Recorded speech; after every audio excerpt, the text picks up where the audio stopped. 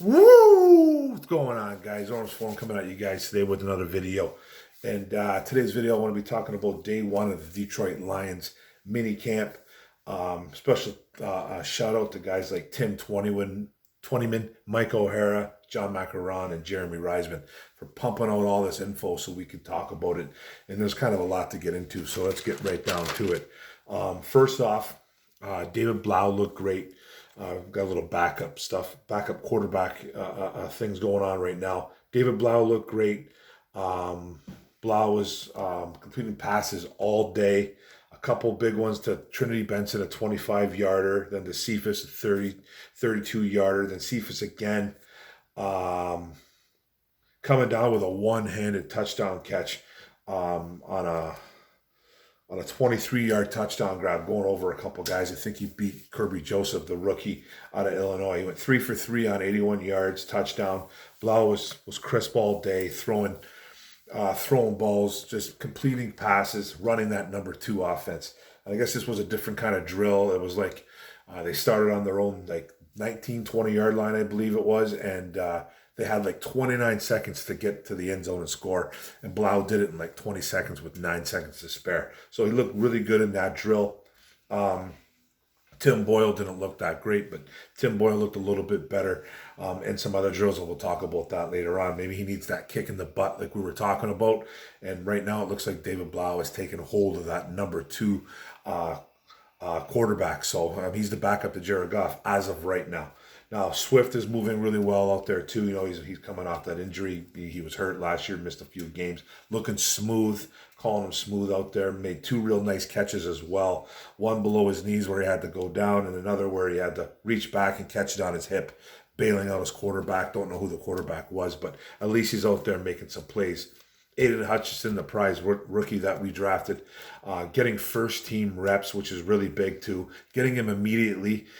Campbell usually brings up his rookies really slow, like second, third team reps. Not with Aiden Hutchinson. He's bringing him in there right away, throwing him in there right away. So he's already a huge part of this revamped defense, and he's going to be a big part of it. So he's getting him acclimated immediately right away. No really holding back on the rookie Hutchinson. The wide receiver competition is heating up still. Cephas is balling. Trinity Benson is balling. That's what you like to hear that too, because they pretty much have their wide receivers set in stone. But that number 6, number 5 is going to be kind of up in the air with guys like Cephas and Benson trying to lock down a roster spot. The O-line's intact as of right now. Decker's a little bit banged up, but it's good to see guys like Taylor Decker, Jonah Jackson, Ragnow, Big V, and Sewell all lined up together, doing some walkthroughs. Decker's been he's been doing some individual drills. He's been doing some walkthroughs, like I said. Nothing really hardcore. They're not really in pads anyways, but he's limited in practice, and we'll get that too later. He's got that foot injury. But he's supposed to be ready full bore by training camp 100%, so that sounds good too. Now the practice days are a little bit longer going into 2022 right now. NFL rules for the off season, I guess. They can bump them up a little bit. Dan Campbell's not blasting his guys out there though in the heat. They're taking the time. They're going inside, and they're spending extra time on film study, trying to get the nicks, trying to get the kinks out, trying to work on mistakes. Just do a lot of film study. That's like, you're not a complete football player unless you do a lot of film study to begin with. You hear all the greats, man. You know, there were some greats, guys like Lawrence Taylor and like Derek Thomas, rest in peace, that didn't really care about doing film study. Weren't really practice guys at all. But those guys on game day were special. But in order to be great, you hear a lot of the greats. Film study is a huge key. And you really have to be good at it. And, you know, you have to really know what's going on the football field at all times. And film study helps that. So I really love that. I really love hearing that they're, you know, that Dan Campbell's not killing him out there physically. Like, you got to beat him up every now and then. But it's good that they're going inside and they're getting those mental reps, man. It's all about mental reps, too, as well. Then they did a 7-on-7, some red zone work with the offense. And this is where Tim Boyle played a little bit better. Goff went 3 for 7. Okay. Goff went 3 for 7 with a touchdown to tight ends Shane Zylstra and Amon-Ra St. Brown. Nothing special, but at least he threw a couple touchdowns. Boyle went 6 for 7 and 5 touchdowns. Believe it or not, I think he switched up with David Blau at the time. He took Tim Boyle for this individual drill, not individual drill, but this 7-on-7 drill. He took over the second team reps, and looked good. 6 for 7, 5 touchdowns. That's what you really want to see. Blau went back to the third team offense, and he went 3 for 5 with 3 touchdowns as well. Brock Wright, Godwin Igwebuike, Trinity Benson, Corey Sutton, the UDFA, Khalil Pimpton, another UDFA guy, and Tom Kennedy, all with touchdowns. I think Swift even had a touchdown in there too as well, touchdown catch. And now AJ Parker and Will Harris did break up a couple passes though, so nothing too... the secondary really didn't get blasted too bad. They did give up a lot of scores, but it is advantage. 7-on-7, it is advantage offense on this. So, but they did make a couple plays, being AJ Parker and Will Harris. So there was a couple breakup passes, so not that bad.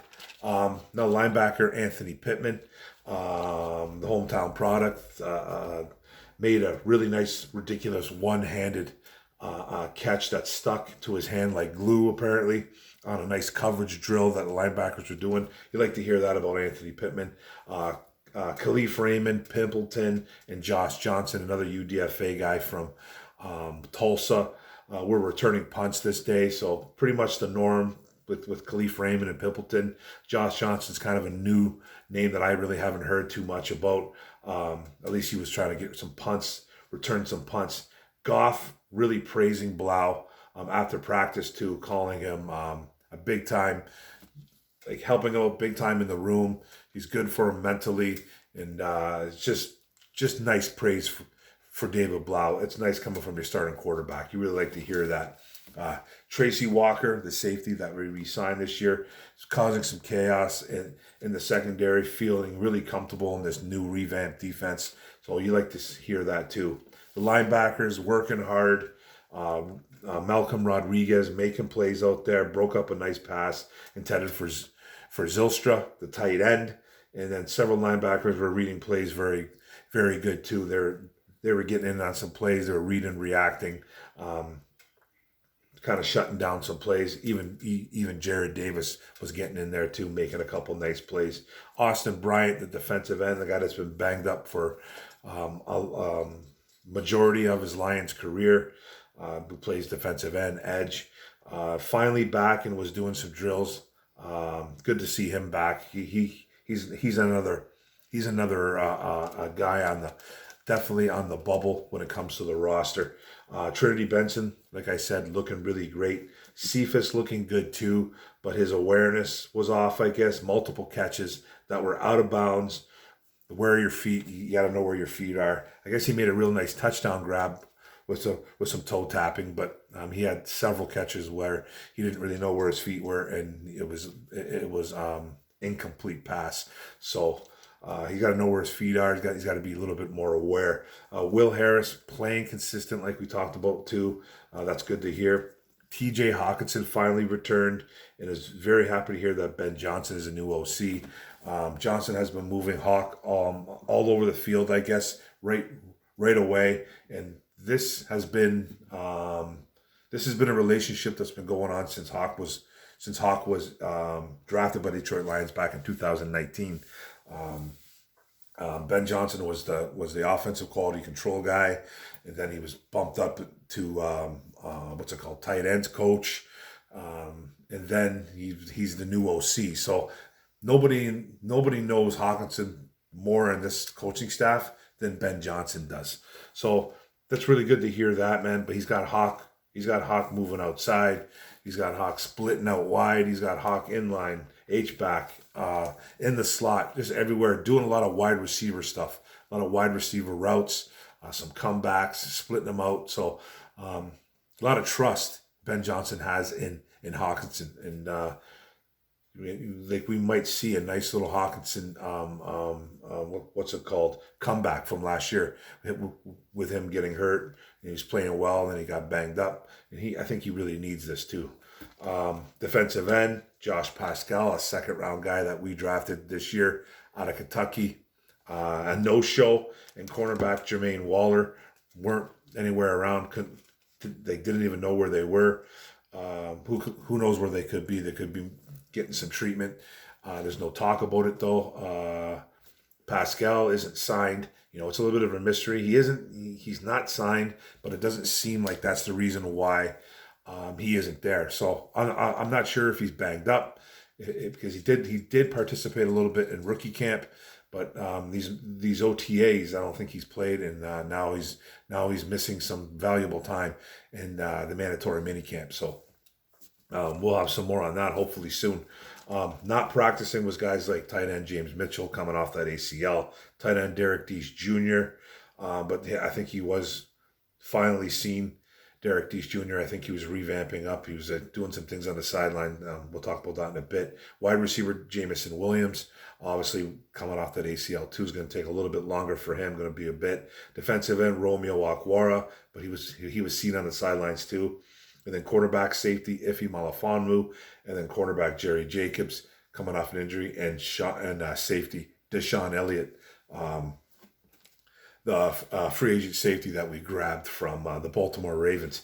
Now, Elliott was seen jogging at a pretty good pace on the sidelines. It's a good sign. So he's there. Akwara was finally spotted, though. He was there, just kind of standing around, but not dressed.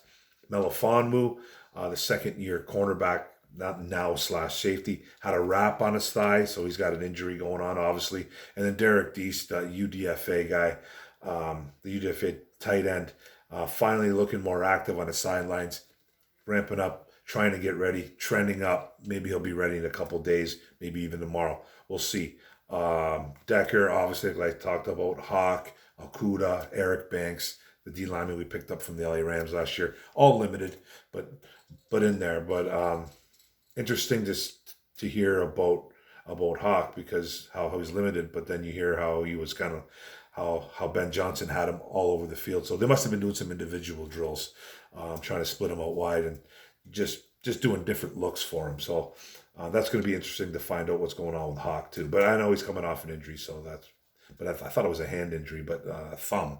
But we'll get to that in a bit, whatever too. You still got to be careful with these guys. And then some more talk. AJ Parker, the UDFA last year, looking like he's the nickel cornerback right now, not in stone, but he was getting first team reps at nickel cornerback. And then CJ Moore, more of a special team standout at safety. He's getting looks at strong safety next to Tracy Walker. So those guys were in there. And linebacker Chris Board, another guy that we've grabbed from the Baltimore Ravens, another special team standout that looked like he was going to maybe start getting some more playing time at the linebacker position for the Baltimore Ravens. They ended up releasing him. We ended up grabbing him, picked him up in free agency, and he was getting majority of first team reps right next to Alex Anzalone. So that's like another day of him getting more reps over Derek Barnes. Not sure what's going on there. Not sure if Barnes isn't just catching on just yet, or just Chris Board maybe is just ahead of the curve. This kid is supposedly a little bit of a sleeper linebacker. He's kind of a undersized, speedier linebacker. We'll see what happens here, but he's getting first team reps, so he's turning heads. He's turning heads to Eric Glenn and Kelvin Shepard. So, these guys make the decisions. Now, guys like Brock Wright, another UDFA guy, and Shane Zylstra, a guy they picked up, who played for the Vikings. Tight end, kind of was a really good wide receiver in college. Played for a small school though. Was really gunning for that tight end 2 spot as of right now. 3 touchdowns between the both of them on Tuesday. I think Brock Wright had 2 and Zylstra had 1. So those 2 guys are really gunning for that tight end too. Last but not least, we got one more page here.